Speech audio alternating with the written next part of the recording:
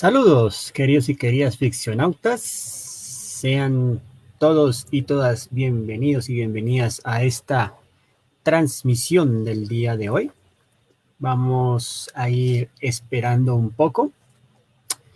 Ya empiezan a llegar nuestros queridos navegantes a este encuentro del día de hoy, sábado, con una de estas historias bien particulares, bien fascinantes, que se titula Superman, Hijo Rojo. Una ucronía escrita por Mark Millar, quien, pues digamos, conocemos por títulos como Jupiter's Legacy y claro, Kick-Ass, entre otras, ¿no? O sea, Mark Millar tiene un montón de historias por contar. Y esta pues no es la excepción, es una de las historias más fascinantes y una de las que de cierta forma ha marcado mucho, ¿no? Digamos a los lectores. Pues muy bien, vamos a ir esperando un poco. Por aquí ya llegó nuestro querido Carlos Clavijo, que sé que va a gozarse este especial porque es una de las historias favoritas de él. Espero de cierta forma pues ayudar, ¿no? A complementar un poco la idea. Bueno, por aquí ya se están uniendo también en Instagram. Vamos con Cavernícolas, ¿no? También está Marco Pinto Master. Saludos. Qué bueno que hayas llegado, John Cuatro Ojos también. Y sí, vamos a hablar de Superman, Hijo Rojo. Aquí tenemos pues esta edición que inclusive hablaremos muy desde el punto de vista de esa portada porque trae unos recuerdos bien bonitos, bien simpáticos, ¿no?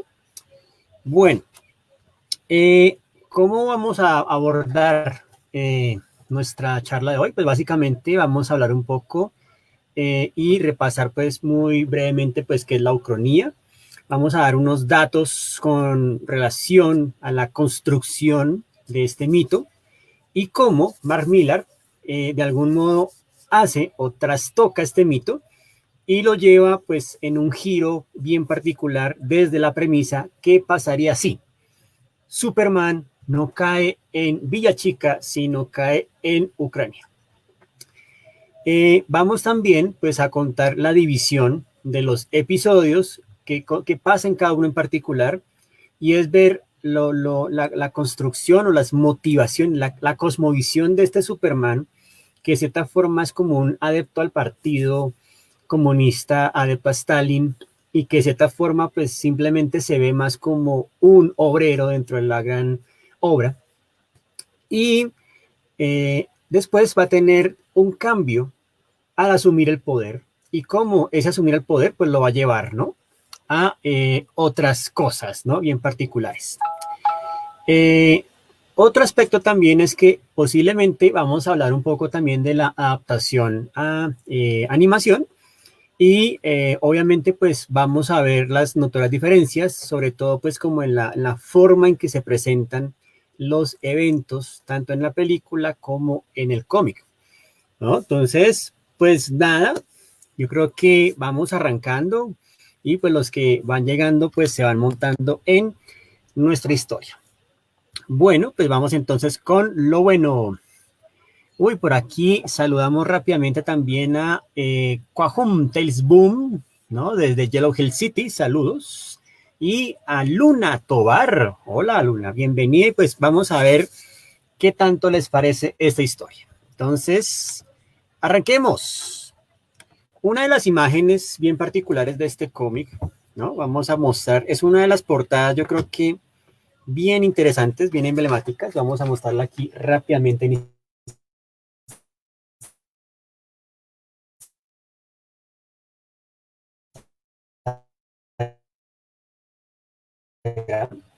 esta portada nos muestra, entonces, sin duda, pues esto tiene muchos elementos de las distopías de Orwell, de Mundo Feliz, ¿no? Y ahorita hablaremos de ese punto. Pero es una portada, pues, que nos recuerda muchísimo, pues, como esa unión con la propaganda que empieza a establecerse en la Segunda Guerra Mundial y que continúa durante la Guerra Fría. Por acá nuestro amigo Santiago nos pregunta que si vi la película. Sí, claro, la vi, pues obviamente como para hacer las respectivas comparaciones, ¿no? Muy bien, por aquí también está Mariposa Negra, Betty, ¿no? Que también se está uniendo a la transmisión. Listo, muchachos. Bueno, hablemos un poco de Mark Millar. Mark Millar, pues, es un escritor que nace en Coatbridge, Escocia, el 24 de diciembre de 1969.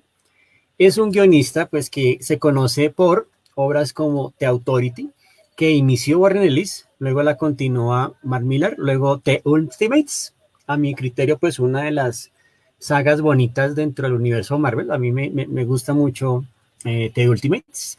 Marvel Knights también, Spider-Man, Ultimate Fantastic Four, Civil War, que es uno de los grandes eventos dentro de la historia del Marvelverso. También está The Secret Service, ¿no? El servicio secreto, Wanted, por supuesto, y Kick-Ass. O sea, digamos que este personaje tiene, digamos, una facilidad para que sus historias se vuelvan parte de la industria cinematográfica, y eso pues está muy bien, ¿no? Digamos como que le juega siempre al elemento comercial, pero aquí digamos que juega en otra línea, ¿no? Y es digamos como un poco el comentario social y político, ¿no? A través, digamos, de esta construcción del cómic. Bien, además de Mark Millar, que es digamos como la persona responsable de esta idea, también pues está el ilustrador Dave Johnson. Dave Johnson yo creo que le aporta un gran componente narrativo, ¿no? Y el dibujo se acopla perfectamente, ¿no? A las intenciones de este cómic, ¿no? Del Hijo Rojo. O sea, yo creo que tiene una línea que es como muy rectilínea, una línea que realmente me parece que le da como ese vigor, ¿no? A la historia. Me parece que la pone en su punto. Dave Johnson, de pronto para los que no lo conocen, digamos que es responsable y es, digamos, como siempre figura como portadista. Ha hecho portadas para todo lo que es BPRD, para algunas historias también de Sapien, y uno de sus créditos más importantes es la creación y el desarrollo de personajes para las primeras etapas de Ben 10, ¿no? Entonces, este hombre, digamos que tiene un estilo muy marcado, me parece que es muy potente para su historia. Y lo chévere de este tomito, ¿no? Es que, digamos, en la parte del final, eso es lo bonito a veces de los trade paperbacks, ¿no? Que de cierta forma los trades siempre traen el tema de los sketch. Y no hay nada más bonito que ver la forma en que bocetan estas personas. Uno dice, por Dios, ¿no? Qué maravilla. Inclusive hay está, digamos, los bocetos, ¿no? De cómo evoluciona el traje de Superman desde la primera historia, la segunda y la tercera, ¿no? Que inclusive la tercera ya tenemos como esta etapa, ¿no? Ya digamos como el primer secretario del partido. Bueno, muy bien. Listo.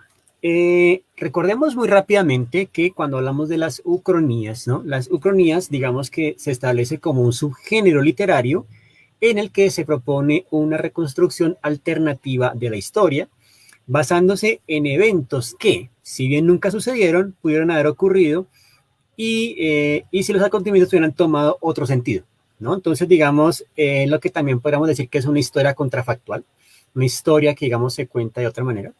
Y esta historia contrafactual siempre empieza con la pregunta en inglés, what if, ¿no? Y en español, ¿qué pasaría si? Y hay unos marcados ejemplos, por ejemplo, más adelantico tal vez, hablemos de una que me encantó mucho, que es de Francisco Ortega, un escritor y periodista chileno que gusta mucho escribir historia, que se llama 1899 y luego 1959, que tiene que ver como con un desarrollo de Chile como potencia mundial a través del encuentro de un material que se llama la metahulla. También, pues ya nuestra primera charla con Fixie hablábamos de El hombre del castillo, también es una ucronía, una historia que se cuenta desde otro ángulo particular. Patria, Robert Harris, ¿no? Y La danza de las tinieblas, ¿no? Son como títulos en los que vamos a encontrar, pues, como esos indicios, ¿no? De la ucronía. Saludamos también, ¿no? De una a mi hermanito Daniel Mauricio, bienvenido. Carlos Clavijo nos comenta, los tipos What If de Marvel, ¿no? Sí, What If fue como una línea muy particular de Marvel en la que se hacían unos giros particulares dentro de ese universo. Sin embargo, digamos que DC decide convertir ese What If en un sello, y ese es el sello Elseworlds. Y ahora hablemos del sello Elseworlds. Por lo pronto, revisemos una parte importante, ¿no? Este mito del superhombre, de Superman, inicia con dos personas que son Jerry Siegel y Joe Shuster. Uno era escritor aficionado a la ciencia ficción, el segundo pues era dibujante. Ambos eran muy introvertidos, digamos que muy pocos amigos, y se conocen en el colegio, y de entonces pues empiezan a establecer una relación bien particular, al punto pues que entre ellos dos desarrollan inicialmente un fanzine. Ese fanzine se llamó Science Fiction, ¿no? Y básicamente tenía un subtítulo que decía La vanguardia de la civilización del futuro. Digamos que pues rudimentario, con grapa, con dibujito hecho pues por Shuster, ¿no? Y Siegel escribe una historia que se llama El reino del superhombre, ¿no? Entonces, el reino del superhombre, digamos que presentaba a un alienígena, alguien que viene del espacio y llega a la Tierra para destruirla y dominarla, ¿no? Ese es, digamos, como el primer aspecto que tuvo. Y digamos que la ilustración nos muestra, digamos, pues a este superhombre alopésico, o sea, calvo, y pues como una figura amenazante sobre una ciudad que tiene pues como esa configuración muy art deco. Digamos que la historia pues tuvo una acogida muy particular, y sí, sí, un Superman malo. Más o menos, no sé cuántos de los aquí presentes han visto esta película Brightburn, ¿no? Brightburn, algo así creo que es que se llama, que nos presenta, ¿no?, a este niño que desarrolla poderes, pero digamos que no quiere salvar al mundo, ¿no? O sea, más o menos eres como un Brightburn, ¿no? Y bueno, tiempo después, pues digamos que ellos empiezan a notar el crecimiento de lo que va ocurriendo en la prensa y en el nuevo formato de los comic books, y pues se lanzan en esta aventura de decir, bueno, pues transformemos la historia y démosle un giro. Si ustedes se dan cuenta, Superman tiene tres componentes que uno dice, sí, es parte, digamos, de la experiencia que ellos viven. Primero, Superman es el último sobreviviente de Krypton, ¿no? O sea, el único sobreviviente. Y eso, pues, digamos que refleja lo que ellos tuvieron que pasar para exiliarse o irse, ¿cierto?, de Europa hacia Estados Unidos. Lo segundo, la ciudad se llama Metrópolis, y esto tiene que ver pues con esa conexión con la primera gran película de ciencia ficción llamada Metrópolis, de Fritz Lang. Y el tercer evento, o el tercer elemento que vamos a ver ahí, es también la conexión con esta idea desarrollada por Nietzsche, ¿no? Digamos, de el superhombre, el Übermensch, ¿no? Que ya le habíamos discutido previamente pues con la historia de los de Winterman. Y con ellos, ¿no?, estos tres elementos se engranan y pues crean esa historia del hombre de acero. Bien, se publica la primera en 1938 y esto se vuelve un éxito rotundo. O sea, de cierta manera, hay una cosa interesante, y es que con esta revista se inauguró lo que es la edad de oro, ¿no? La edad dorada del cómic. Inclusive, se dice que este primer ejemplar vendió 40 millones de ejemplares. O sea, eso, cifra récord, ¿no? O sea, esa es la, digamos, como una de las cifras. Puede ser 4 millones, 40 millones. Fueron, creo que en sí fueron 4 millones de ejemplares vendidos. Es una cifra récord, ¿no? Y digamos que Shuster, ¿no?, va puliendo su dibujo a medida que va avanzando a la historia. Y al comienzo, pues digamos que ambos autores probaron las mieles de la gloria y el triunfo, pero luego pues hubo un trato que no supieron manejar muy bien, y finalmente pues ellos durante más de 30 años pierden los derechos de creación de esta personaje. Cuando DC Comics, por ese contrato, toma o coge los derechos de Superman, los vende a la televisión, los vende también, digamos, a la radio, y empiezan a haber unas transformaciones muy particulares, ¿no? Entonces, pues digamos que está la serie de televisión de Superman, está la serie animada, que es de Max Fleischer, Y yo les hablaba mucho también de la portada, ¿no? De esta portada. Esta portada básicamente tiene esa sensación de estar recordando un fotograma de Max Fleischer, de esa animación, ¿no? Que inclusive tenía como ese estilo muy art deco, ¿no? Toda la cosa, ¿no? Sí, ¿no? Sí, señor. Ahí vamos viendo con nuestro amigo Camilo Francesco, que también se une a nuestra transmisión y nos va contando este dato relacionado pues con esta portada, ¿no? Y también digamos que en la radio. ¿Qué pasa con esos cambios? Que en cada uno va a desarrollar ciertos poderes y ciertas debilidades. En la radio es que desarrolla el tema de la kriptonita.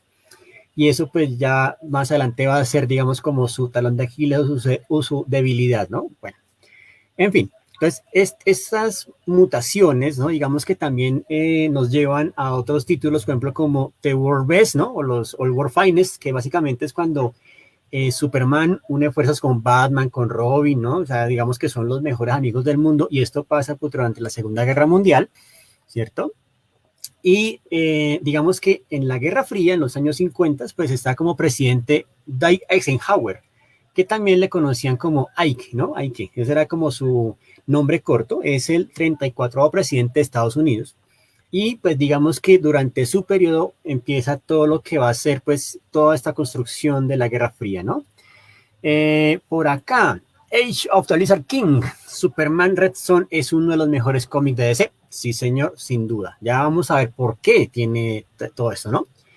Además de Eisenhower, también estaba este personaje tan particular que es Joseph McCarthy, que inclusive se establece una etiqueta que es el macartismo, y es como toda esta persecución a las actividades que fueran antiamericanas, ¿no? También estaba por ahí la OTAN, que es la Organización del Tratado Atlántico Norte, que básicamente era como esta unión de países que trataban de tener como un fortín de defensa contra el arsenal nuclear del oeste, ¿no?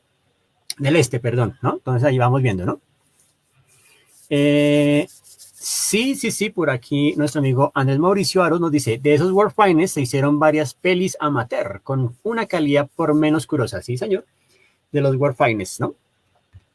Y claro, pues este comité empezó a perseguir muchas producciones como películas, elementos relacionados como con los productos culturales, y entre esos pues también estaba el tema del cómic, ¿no? O sea, es un escenario bien interesante el que se plantea allí durante los años 50. También pues está, digamos, esa historia de Doctor Strangelove de Stanley Kubrick, que más o menos nos habla un poco de cómo era esta psique, esta construcción, esta paranoia en los años 50, 60 durante estos primeros periodos de la Guerra Fría. Y bueno, pues ahí llegamos a lo que es el título Elseworlds, ¿no? El Elseworlds fue un sello editorial de DC Comics en el que se publican básicamente pues historias y personajes pues que tienen, digamos, unos cambios particulares, tienen unos tiempos totalmente diferentes y de alguna forma pues estos no afectan la continuidad, sino que simplemente son como un elemento aparte, ¿no? En Elseworlds se saca a los héroes de sus locaciones habituales y se colocan en épocas y lugares extraños, algunos que han existido y otros que pueden o podrían existir. Entonces, Elseworlds es como la respuesta al What If de Marvel, ¿no? Y en ese escenario es cuando llegamos entonces a Red Son. Red Son se publica en 3 entregas. La primera entrega se titula, ya les digo, el renacer o digamos el nacimiento del hijo rojo. La segunda se titula, ya les voy a decir cómo se titula, el ascenso del hijo rojo. Y la tercera se llama como la caída, ¿no? Digamos como la caída o el cierre del hijo rojo. Entonces son como 3 etapas bien interesantes. Y aquí lo particular es que en la primera historia, digamos que arranca muy en los años 50, ¿no? Básicamente, pues las primeras tomas vemos es como esta ciudad de metrópolis muy art deco. Vemos pues que suena el teléfono y contesta Luis, ¿no? Luis Lane, pero aquí no es Luis Lane, sino es Luis Luthor. Ya entramos en el Elseworlds, o sea, ya hicimos un primer cambio en la historia y es que Luisa Lane se casa con Lex Luthor.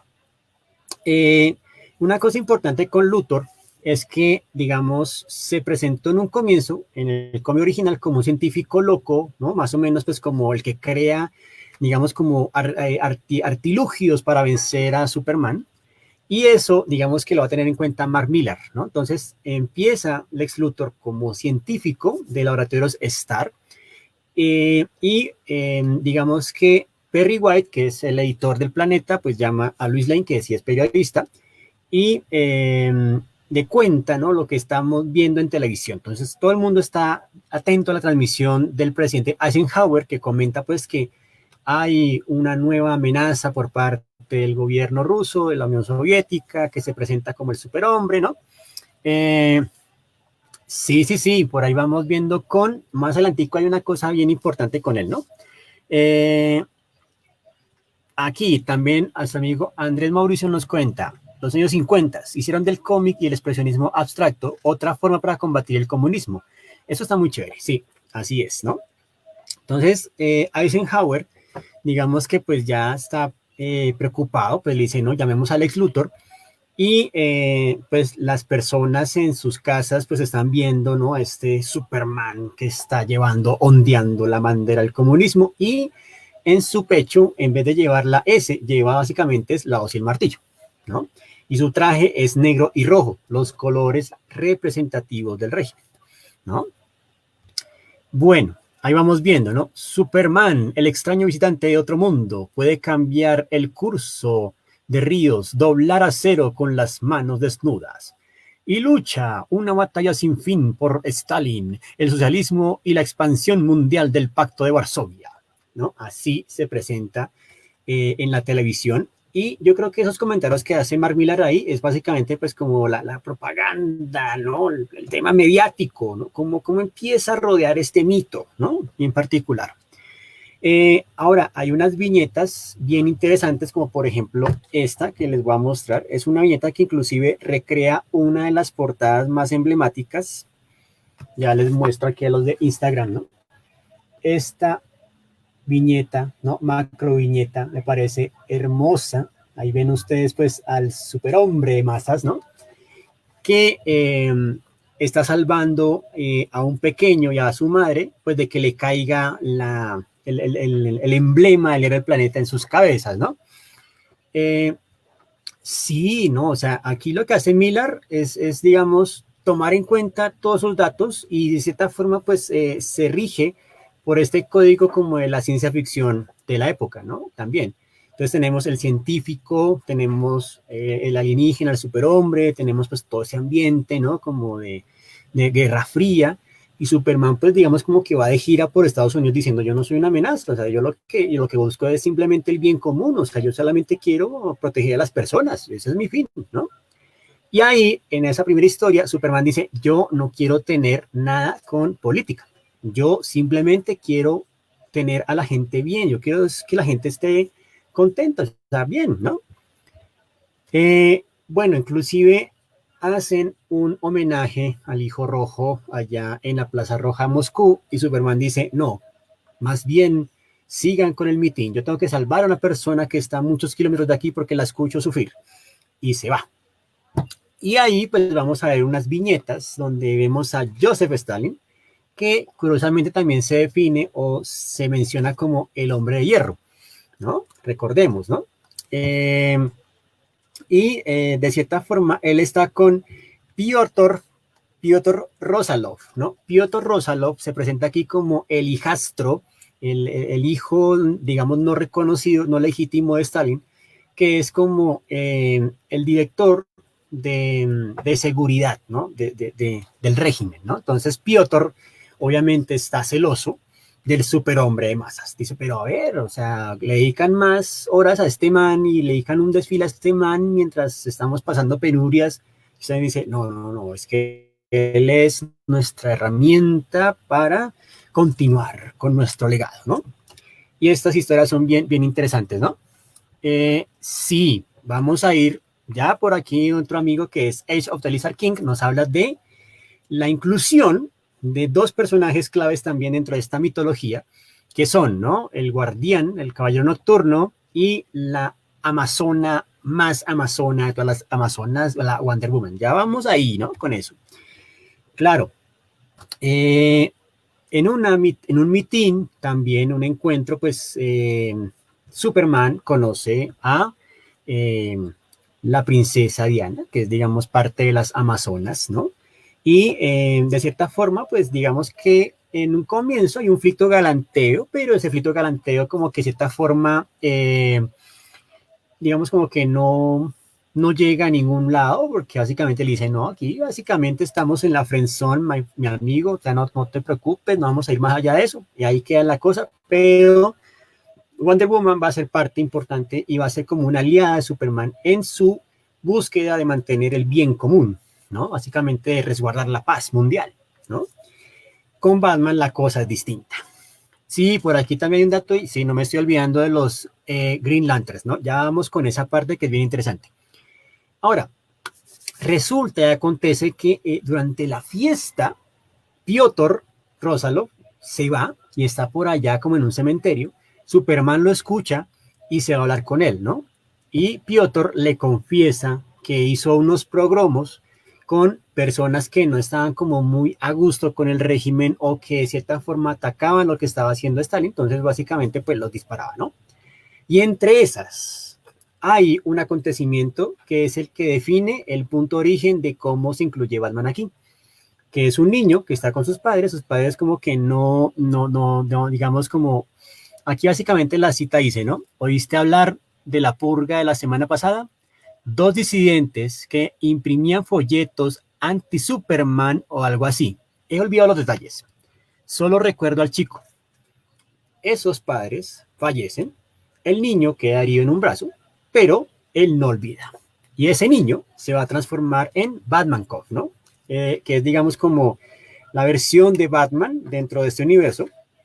Y de cierta forma, pues Batman Cop va a ser nada más y nada menos pues que el que pretende desestabilizar y destruir este sueño de ayer. Así básicamente, ¿no?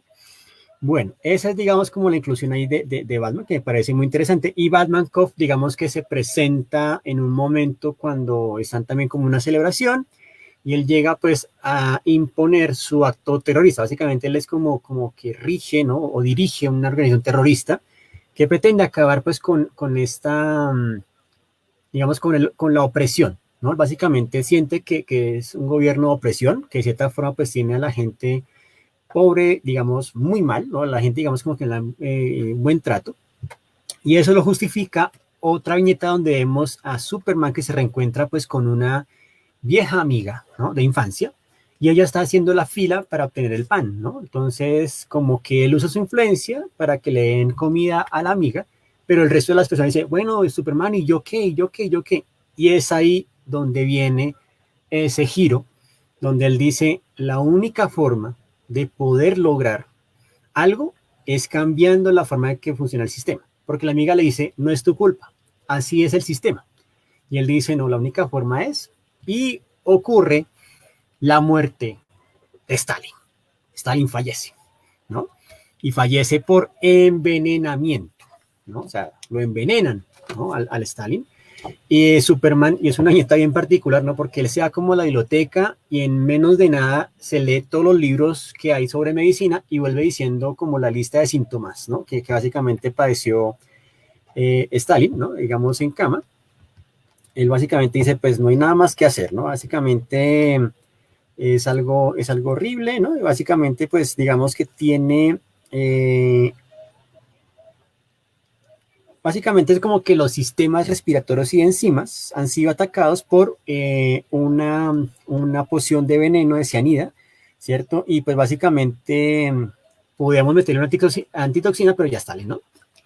Eh, sí, ahí empiezan los cambios entre la versión cómic y la versión animada, ¿no? Inclusive en la versión animada aparece Corea del Sur, Corea del Norte, ¿no? Eh, en la película, para nuestro querido amigo Marco, lo que implica es un poco también lo que yo hablaba de esa corrección política, ¿no? Digamos, no sé si recuerdan, digamos, hay un cómic en el que Superman va a Alemania y a Rusia y trae así, digamos, colgado, ¿no? De cada mano, cada uno trae a Stalin y a Hitler y los lleva ante el Congreso para que los acusen, ¿no? Entonces, digamos, es como ese final, ¿no? Que quisieran, ¿no? Digamos, como tomar en cuenta. Entonces, el hecho de que lo mate de esa manera en la película quiere decir, es como, digamos, de utilizar el mito americano de cómo pudo haber sido mejor ese fin, ¿no? Digamos, de la guerra. Pero aquí me parece bien interesante porque el tema con el veneno tiene que ver con Lex Luthor. Luthor está detrás de todo esto, ¿no? O sea, el hombre, digamos, que no da puntada sin dedal, ¿no? Bien, vamos continuando con el relato y de cierta manera, digamos que la primera entrega también termina con algo bien particular y es cuando Lex Luthor decide crear un espejo del superhombre, ¿no? Y si Rusia tiene el superhombre, pues obviamente Estados Unidos también tiene su superhombre. Y ese superhombre, digamos que está un poco deforme, pues por la cantidad de energía que le han metido y de fuerza. Y esta es la inclusión de Bizarro dentro de este universo, ¿no? Vamos a ver si por aquí está este Bizarro, que inclusive pues habla al revés y demás cosas, ¿no? Y obviamente pues se confrontan uno al otro, pero este Bizarro pues se da cuenta que básicamente pues Superman no tiene mayores intenciones, ¿no? Y simplemente como que lo deja largo. En la película es muy diferente, en la película animada, básicamente Luthor lo controla a distancia, se excede, ¿no? Como en la cantidad de rayos gamma, por así decirlo, para hacerlo más fuerte y lo vuelve, digamos, bizarro, ¿no? Lo vuelve, digamos, como este hombre deforme y toda la cosa, ¿no? Pero en el cómic, aquí básicamente como que este bizarro se da cuenta de las intenciones de este hombre de acero de la cortina de humo, ¿no? La cortina de hierro. ¿No? Muy bien, ¿no? Entonces, inclusive, esto, pues digamos que ya se desborda, hay inclusive pues una confrontación en particular pues con Batman Cove y Wonder Woman, ¿no? En la que de cierta forma pues hay consecuencias y secuelas y pues obviamente Batman Cove, ¿no? Digamos que se inmola por la causa, ¿no? Así nos lo demuestra, digamos, pues en este punto donde él se coloca un explosivo en su interior, que básicamente lo que dice es como quiero cambiar de raíz la opresión y eso hace que nos recuerde lo que también planteaba Frank Miller, ¿no? Que Frank Miller eso dijo, ¿por qué Superman tiene que ser amigo de Batman? Si ambos son totalmente diferentes, o sea, Superman es más bien, digamos, como muy fiel o muy perro guardián faldero y Batman es una persona que desconfía, entonces, ¿cómo pueden ser amigos? Y esto lo demuestra aquí también en Superman Hijo Rojo, ¿no? Bueno, muy bien. Martín, es en Ucrania. Ucronía es el género narrativo, ¿no? Sí, señor, ¿no? Age of the Lisan Kid nos dice que en la película, pues Wonder Woman básicamente no cree en los hombres. Eso es un cambio ahí bien particular. Bueno, ahora les iba contando. En el segundo número, la segunda historia, Superman tiene un cambio en el traje. Básicamente tiene ya unas estrellas aquí en el cuello. Tiene, digamos, pues un emblema diferente. ¿No? Digamos, y se asume como el dirigente de Rusia. Durante su mandato, le va tan bien a Rusia, le va tan bien que se vuelve una superpotencia, ¿no? Inclusive el programa espacial es muchísimo mejor, se elimina el hambre, y ese tipo de cosas, y todo lo que es, digamos, la desigualdad se erradica, no hay delincuencia. Es más, tanto le está yendo tan bien que muchos países empiezan a coger el esquema. O sea, no tuvo que hacer ninguna treta forzada o guerra para tomar control y básicamente los únicos países que no se incluyen dentro de este cambio de régimen son Estados Unidos y Chile, ¿no? Ya, dato ahí bien particular, ¿no? Encima ese marco, en la enemistad, básicamente la propone Frank Miller, ¿no? En el Batman Dark Knight Returns es donde él establece eso y siempre he estado de acuerdo con esa idea, ¿no? Bueno, entonces, como les contaba, ¿no? Básicamente, pues, hay un momento donde hay como una exhibición, ¿no? Digamos, dedicada al Hijo Rojo. Es un museo donde se exhiben, digamos, pues como las reliquias, ¿no? Digamos, pues como más célebres de todo este periodo. Ya les muestro dónde está la viñeta, ¿no? Aquí básicamente hay como una camarada que es la guía turística del museo y va mostrando pues los diferentes artilugios, ¿no?, que se han hecho. Y ahí comenta pues que básicamente los únicos países del mundo que no se han unido a toda esta coalición son Estados Unidos y Chile, ¿no? Y fíjense, no estamos hablando del año 2003, ¿no? Digamos que 2003 fue como un periodo muy particular para Chile, ¿no? En particular porque como que su economía estaba en auge, ¿cierto? Entonces por esa razón como que yo creo que ese comentario lo incluye, ¿no? Sí. Solamente los Estados Unidos y Chile escogieron permanecer independientes, las dos últimas economías capitalistas en la Tierra, y ambas eh, en el vínculo, en el quiebre, ¿no?, del colapso social, ¿no? Digamos que ambas están pues como en la mala, ¿no? Eso es lo que nos presenta ahí. Y en este segundo momento, Lex Luthor empieza a contactar pues con gente de Área 51, con Roswell, ¿no? El proyecto Roswell. Ahí se dan cuenta pues de que no solamente Superman había venido a la Tierra, también había otros más, y encuentran la nave, ¿no? Digamos, una nave particular que es de los Green Lanterns, ¿no? Y ahí es cuando incluyen a Linterna Verde en la historia y a los Lantern Corps, ¿no? Ahí vamos con esa parte.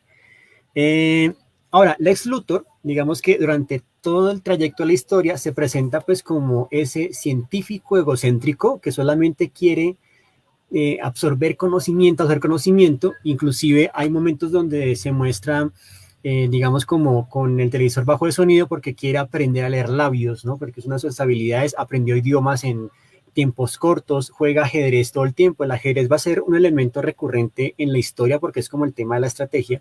Y Luthor juega inclusive a distancia ajedrez. Y ahí es cuando le comenta pues a Luis Lane, le dice, cariño, es nuestro necesario, lo siento, sí, pero es que hay algo más importante y es que en Roswell, Nuevo México, hemos encontrado el dato que necesitaba para poder crear una ventaja estratégica contra el superhombre, porque Luthor se obsesiona, ¿no?, con este asunto. Se obsesiona de cierta forma, digamos que esa obsesión pues lo va a llevar básicamente como a encerrarse en sí mismo, ¿no? Entonces eso es digamos como lo importante ahí. Sí, el cómic está plagado, digamos, como de imágenes altamente icónicas que recuerden como poses, ¿no?, muy heroicas del superhombre. Incluso hay una donde vemos pues que está deteniendo, ¿no?, el tren transiberiano, ya les muestro, porque es como si fuese parte de esa propaganda, ¿no?, socialista, ¿no? Aquí tenemos, ya, este tipo de imágenes, ¿no?, que inclusive evocan muy a esos afiches de la, digamos, como de la propaganda que se publicaba, ¿no?, en ese momento. Muy bien, ¿no? Ahí vamos viendo pues todo este asunto, ¿no? Inclusive, en algún momento Piotr Rosolov es secuestrado por Batmankov, ¿no?, que básicamente pues le plantea un plan para derrocar, ¿no?, básicamente al poder de Superman, y es cuando pues comete, digamos, pues como este acto de suicidio, asesinato, ¿no? También en esta historia aparece John F. Kennedy, ¿no? Digamos que Kennedy también hace parte, digamos, de la historia, ¿no? Sí, Santiago Batman nos recuerda pues que las portadas tienen muy esa construcción, ¿no?, de las portadas, digamos, como muy rusa, ¿no? Entonces, digamos, esta que les comentaba pues que tenía ese sabor como de las animaciones de Max Fleischer, ¿no?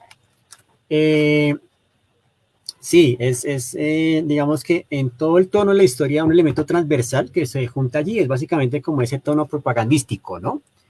Eh, bueno, aquí vemos, por ejemplo, bueno, hay otra cosa importante y es que no les he contado, pero digamos que hay un plan particular con otro alienígena que es Brainiac, ¿no? Brainiac, recordemos que es otro adversario del Hombre de Acero, ¿cierto? Que básicamente pues tiene esta nave que es como un cerebro con calavera gigante, ¿no? Y que de cierta forma pues como que Luthor lo usa a su favor. También está otro de los elementos de la historia de Superman, que es esta ciudad encapsulada, una ciudad que está como in vitro. Y aquí, pues la ciudad in vitro es, digamos, Leningrado, ¿no? Leningrado o Stalingrado, la que está como capsulada ahí, ¿no? Que es, digamos, como otra de las partes importantes de esta historia. Ahora, digamos que en el tercer arco ¿no? En esta última etapa, pues digamos que ya la cosa se empieza como a desbordar, a salir de control. Básicamente Superman está esperando la oportunidad para que Estados Unidos se doblegue y sea parte, ¿no? Eh, sí, las imágenes se acercan muchísimo al afiche de propaganda ruso, o sea, en eso sí. La ciudad de Cándor, sí señor, Marco Pinto como siempre nos da el dato, la ciudad de Cándor, pero aquí básicamente es la ciudad de Stalingrado que está encapsulada, ¿no? Que es otro de los mitos del hijo rojo. Entonces, digamos que en ese testarco, imagínense que el ex Luthor ya no es científico, sino que ahora es presidente de Estados Unidos, ¿no? Al asume como presidente. Y eso, pues, recordemos que nos conecta con una historia que es básicamente la de Lex Luthor, presidente de Estados Unidos, ¿no? Y como presidente, pues, digamos que empieza a ordenar, ¿no? Un plan para, pues, poder aplacar esa amenaza del superhombre. Y es cuando junta nuevamente alianzas con Brainiac, inclusive aquí Jimmy Olsen es básicamente el secretario de seguridad, creo que después se vuelve director de la CIA, ¿no? Ellos trazan, pues digamos, como una estrategia para poder derrocar el poder de este hijo rojo, ¿no? Que inclusive ya, digamos que se le subió el poder a la cabeza, ¿no? A tal punto, pues que básicamente quiere, ¿no? Digamos como someter, ¿no? A su voluntad a todo el ejército, ¿cierto? Y básicamente hay una nota que le llega, ¿no? En algún momento de la historia que dice, ¿por qué no solamente pones el mundo entero en una botella, Superman, ¿no? Y esto pues digamos como que lo irrita bastante, ¿no? Y esto pues básicamente hace que el plan de Luthor empiece a funcionar, ¿no? Ahí tenemos pues esto bien, bien interesante ahí, ¿no? Eh, Ahora, este Lex Luthor, en algunos momentos, no sé por qué me recuerda mucho a Marlon Brando en algunas tomas, ¿no? Tiene como, inclusive en las primeras me recuerda un poco a Sean Connery también. Tiene como muy ese aire de Ian Fleming, ¿no? Digamos de James Bond, ¿no? Como todo este tema del espionaje también por ahí, ¿no? Y es confrontar estas tres realidades, ¿no? Básicamente este espectro de lo científico con ese espectro, digamos, como político y en medio, pues, cómo eso incide en las esferas sociales y culturales de ese momento, ¿no? Eh, en fin, ¿no? Ahí digamos que se va construyendo este relato y lo particular, ¿no? Digamos, es la manera en que empiezan a contar, ¿no? Digamos como que el arco, si bien empezó en los 50 con Superman ya con todos sus poderes, la historia empieza pues a hacer como esa revisión del punto de origen. Y es cuando está pues Jor-El, ¿no? Y su esposa en Krypton y envían pues al niño. Hay un comentario que me parece importante anotar y es que el presidente Eisenhower, cuando está hablando con James Olsen, le dice, solo pienso al gente Oden que si ese cohete hubiese aterrizado 12 horas antes, este Superman del que estamos hablando sería más bien un ciudadano americano. O sea, fíjense que ahí empieza también, digamos, como una cuestión particular, es como esa revisión, ¿no? De ese atico, ¿no? Ese atico, de esas 12 horas de diferencia, ¿no? Que aquí básicamente pues se van contando al final, cómo Jor-El y su esposa lanzan a su único hijo, a su primogénito, al universo, y cómo de alguna manera el universo lo hizo gravitar hasta que cae en una granja de Ucrania. ¿Cierto? Esa es, digamos, como la manera digamos, termina el arco y la última viñeta, pues, es el cohete de Superman cayendo ahí, ¿no? Digamos, como en ese terreno en Ucrania. En ningún momento, digamos que cuenta o se enfoca en la infancia, Superman y todo esto. O sea, ahí termina la historia y me parece que lo hace muy bien. Ahora, en la película animada, pues obviamente ya empezamos, o ya creo que vieron las notorias diferencias entre unas y otras, ¿no?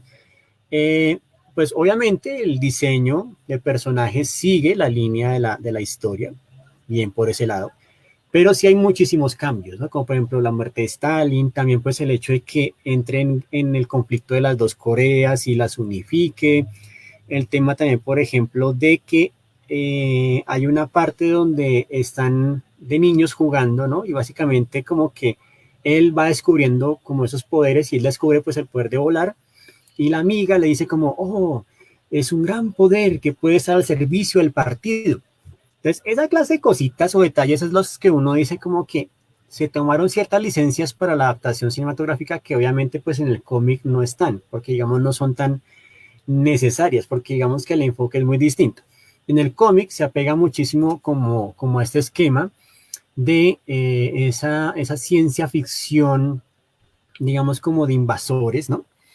Eh, sí, sí, digamos que en la película animada se enfocan es como en ampliar esos momentos de infancia, pero de cierta manera, digamos, bueno, por acá tengo un comentario de Camilo Francesco, que dice, también en la Guerra Fría el ajedrez ayudó a disipar o aumentar tensiones entre la Unión Soviética y, y Estados Unidos, por ejemplo, con nuestro amigo Gary Kasparov, que, dato aparte, ¿no? Paréntesis, IBM desarrolló pues este gran ordenador llamado Big Blue, ¿cierto? O Deep Blue, perdón.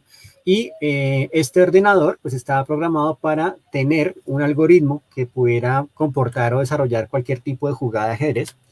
Y Kasparov se enfrentó a este ordenador dos veces. En la primera falló, en la segunda le ganó, ¿no? Cosas que pasan ahí. Cerramos paréntesis. Sí, otras cosas también es, por ejemplo, la manera en que empieza, digamos, pues como a tocar los hilos narrativos, o sea, como que cambian también pues el aspecto de Wonder Woman, ¿no? En cuanto a esa tema de la creencia de los hombres. Es decir, hay unos ligeros cambios que me parece pues que le quitan un poquito el flow que sí tiene el cómic. O sea, me parece que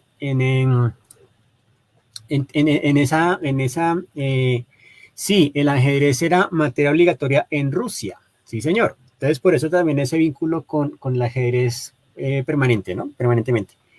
Pues bien, eso es, digamos, lo que estamos viendo aquí en la historia del El Hijo Rojo, ¿no? Que de cierta forma, pues, desarrolla de una manera muy impecable, una manera admirable, todas las conexiones de los eventos históricos y cómo, digamos, de forma logra de una manera muy impecable, pues también demostrar la motivación original de Superman y cómo se va trastocando a medida que va ganando poder, ¿no? Yo creo que eso es como lo interesante de ahí también, ¿no? Yo creo que muchas veces cuando uno se enfrenta en estos, digamos, con esos confrontamientos de creación, pues uno tiene que tener presente, pues, hasta dónde quiero llevar al personaje. Y Mark Millar en esta historia, pues, no tiene miedo de llevar el personaje hasta ese punto. Y eso me parece que es como lo más admirable que hay en esa historia y por eso digamos que es una de mis historias más apreciadas, ¿no? Otra que también me gusta mucho es la de eh, All Star Superman, que es escrita por Grant Morrison, que es otra de mis historias favoritas de Superman. De Superman tengo poquito, ¿saben?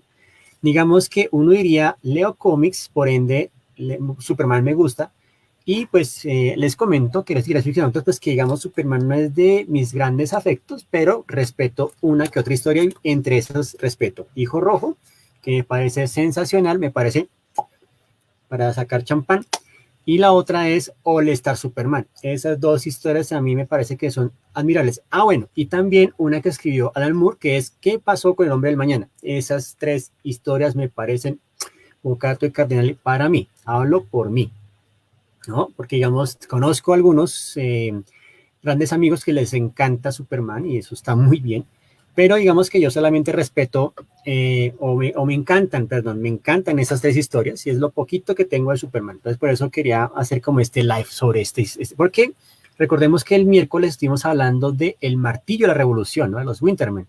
Entonces, pues qué buena conexión hacerlo con esto, ¿no? Muy bien. Ahí vamos, ¿no? Con este Superman Hijo Rojo, una historia que de cierta forma merece ser leída. Eh, por acá les tengo, ¿no? Les tengo, vamos a ver si lo logramos. Sí, claro, Batman. Si tenemos por acá el vínculo, ya les doy el vínculo por si quieren leerse la historia. Vamos a colgarlo en este instante. Ya les digo. Ya les digo porque sí lo encontré, ¿no? Sí encontré, digamos, el vínculo de una página que se llama Get Comics. Entonces ahí lo voy a poner en ese instante en nuestro chat para que lo puedan descargar. Ahí está para que Ahí entran en el vínculo.